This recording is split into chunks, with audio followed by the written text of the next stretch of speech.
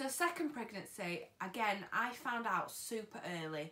I was due on my period on the 31st of October, Halloween, and I would usually come on in the morning, very regular, after having my coil out, and I didn't.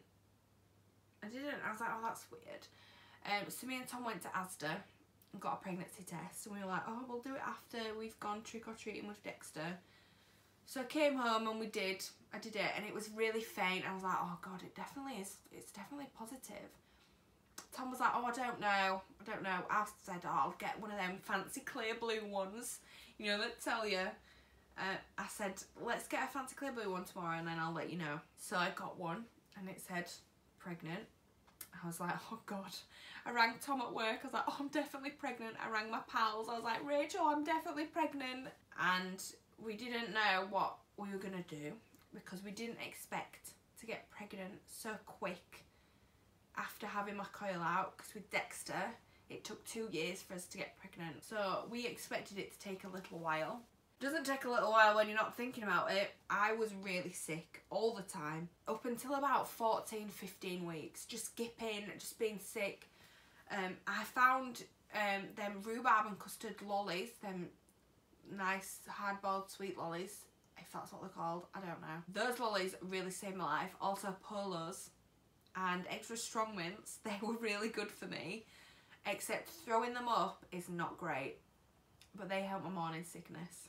I was in a lot of pain early on with this second pregnancy. I don't know why. Luckily I had my pregnant pillow from Dexter that I kept, but I'm not kidding, the pain, the hip pain was just awful. And I mean, you see your midwife a lot less second time round, so I didn't really know what to do. I just sort of plodded on, and I was super tired. So I was going to the gym before I got pregnant with Tulip, and I was like, I'm totally going to go to the gym when I'm pregnant, you know, keep up a certain level of fitness. No, that went out the window. I napped every day. As soon as I took Dexter to school, got home, I was back in my pyjamas and napping. Just checking she's okay, she's okay. So I was very tired with this second pregnancy. More tired than usual because I do suffer from ME, but I found after Dexter I kind of managed it well, kind of got it under control. So I think this just sort of really kicked it off, and I was very, very tired with this one. Apart from being tired and in pain, things went okay. I was less worried, but still quite worried. I had a scan at 9 weeks that I took my pals and baby daddy with. I had my usual NHS scan at 12 weeks. I had a scan at 14 weeks, and then we had a gender scan at 16 weeks because I needed to know. I really wanted a girl, you know, I wanted one of each, and I would have been a bit disappointed if it had have been a boy. I know that sounds awful, but gender disappointment is a real thing, and I find that you don't want to talk about it because you don't want to look like a bad person, because you're obviously super happy that you're pregnant and you're really excited to be a mum again or to be a mum. But it's sad if it's not the gender that you want. I fully understand that. Like, I would have been a little bit upset. I would have still loved the baby no matter what. It doesn't matter. The gender does not matter. But I was thinking if it was a boy, I would have been a little upset to start with, and that is okay. It's okay if you feel like that. It really is. It's very normal to feel like that. But obviously we found out she was a girl. That was very exciting. So again, pregnancy pretty uncomplicated. Really, apart from the aches and pains and being sick and getting massive. Obviously I had in the back of my mind at 36 weeks that my blood pressure was high, you know, and again, she was super active compared to Dexter in the womb. She was always moving. So I spent a couple of times down in the maternity assessment unit because she stopped, like, she might have changed her pattern, I'm not sure. I had an anterior placenta with this one. It could have been that, I don't know. But again, I went to the maternity assessment unit, got hooked up to all the monitors, and everything was okay. I did have to have a growth scan at 38 weeks because it was my second episode of reduced movements, and because of that you have a scan, or you're doing leads.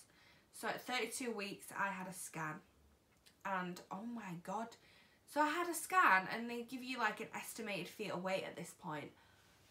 £5.2 at 32 weeks. I went, what on earth? What on earth? I thought, oh, my poor vagina.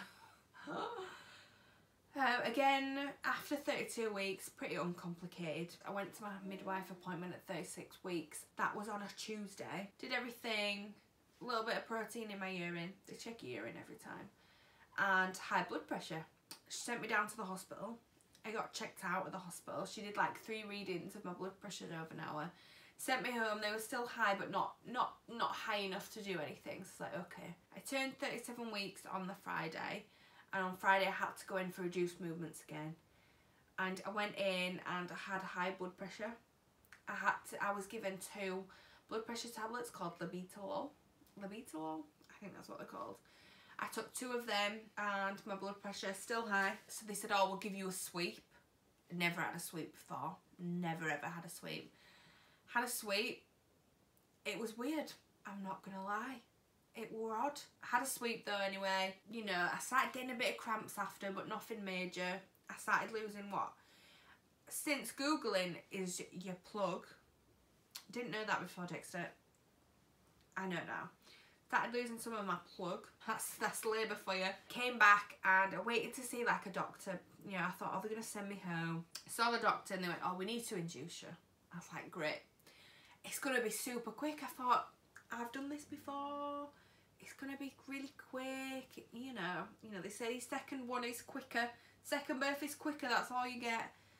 So I was like, okay, brilliant. Okay. So I didn't bring any bags with me at 37 weeks when I went in for reduced movements because I thought they're not going to do anything. So no bags. I drove myself again. And they're like, oh, we're going to have to induce you.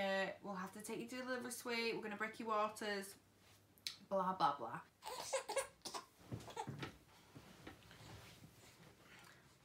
Hey, T.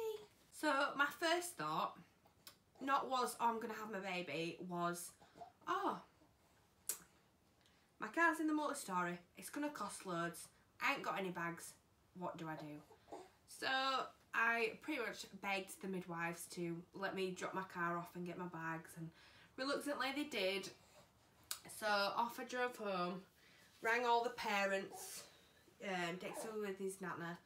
Rang them. Oh, we're going to have the baby. You know, it won't be long. We'll be ringing you back soon. Came back and it was about 1:30 when I was in my own room on the delivery suite. I thought, right, not long to go now. You know, by 4 AM, this baby will be here. I was wrong. Definitely wrong. So they broke my waters and I started bouncing on the ball, walking around, and I spent a good 7-8 hours just doing that.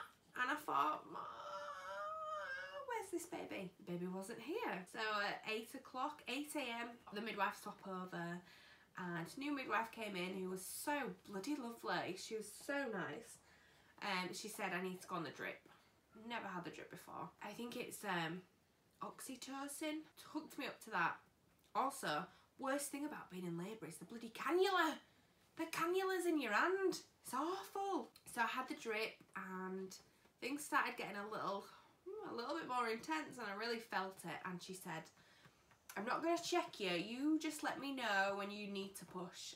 And I thought, with Dexter, I didn't know when I was going to push. I just pushed.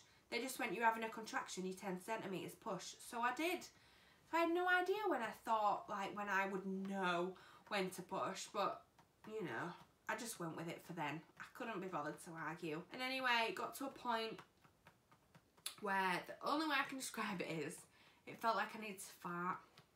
And I told the midwife and she went, right, why don't you do a little push and see what happens? So I did a little push and I must have been 10 centimetres because I then started pushing to give birth. And I felt her come out, I felt her come down. People might say it's magical, and I'm sure it is magical for some people, but for me it was weird. and quite painful. I mean, in some ways I'm grateful that I have had this experience with her, because I didn't get anything with Dexter. I didn't feel anything really, but with Tulip I felt everything. When I was pushing, the midwife went, right, you need to do little pushes, otherwise you're gonna tear. What? I'm gonna tear? I'm gonna tear? You're kidding? I tried to do little pushes, whatever that means, but it didn't work. I still tore. I had to get it sewn up, but just by the midwife. The midwife did it. And I gave birth. Out she came onto my t-shirt. So I had to do a little stop there because we had a poop and a bottle situation. So now Tulip is fed and pooped, and now she's tired, so I'll carry on. So yeah, Tulip was put on my chest. She was raw, mucousy and gross, but it was lovely because I didn't have that with Dexter. Parents again. Dexter was very excited to be a big brother, but again, I'll go into that. So yeah, I feel like I've pretty much covered everything to do with like my pregnancies and labour.